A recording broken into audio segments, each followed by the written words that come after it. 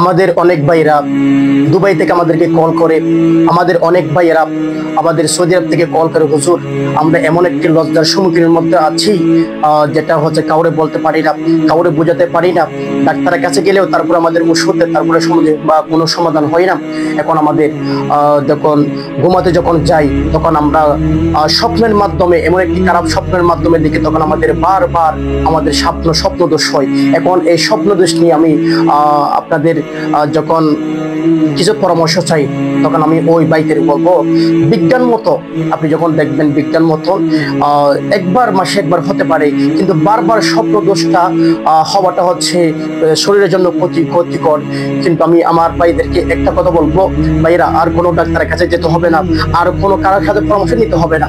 আমি আপনাদেরকে এমন একটা টিপস দেব, এমন একটা আপনাদেরকে ওষুধ দেব, যে ওষুধটা হচ্ছে কোনো ডাক্তারের ওষুধ নয়, একমাত্র এমন একটা ওষুধ যে ওষুধটা হচ্ছে আইন মিমর।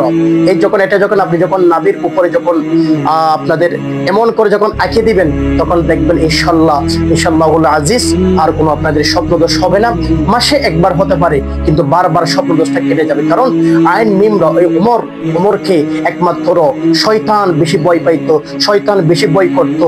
তখন আপনি যখন আইন মিমর ঘুমানোর আগে যখন আপনি যখন এই দিবেন, ইনশাআল্লাহ আজিজ আর আপনাদের বারবার স্বপ্নদোষ হবে না, শয়তান আপনাদেরকে গ্রাস করতে পারবে না। আমি আমার প্রবাস ভাইদেরকে, আমাদের অনেকে আছি সম্মুখীন হই, লজ্জায় বলতে পারি না, অনেকে আছি কাউরে বোঝাতে পারি না, কিন্তু আমাদের ভাইদেরকে আমি উদ্দেশ্য করে বলবো আইন মিমর এটা যখন দেবেন, ইনশাআল্লাহ আর আপনাদের বারবার স্বপ্নদোষ হবে না।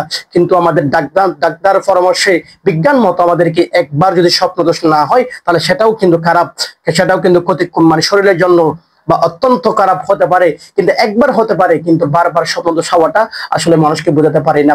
আমি আমাদের ভাইদেরকে, প্রবাস ভাইদেরকে বলবো, আপনারা আইন মিমর ঘুমানোর আগে যখন দেবেন, ইনশাআল্লাহ আপনাদের আর স্বপ্নদোষ হবে না। হয়েছে, কেটে দাও।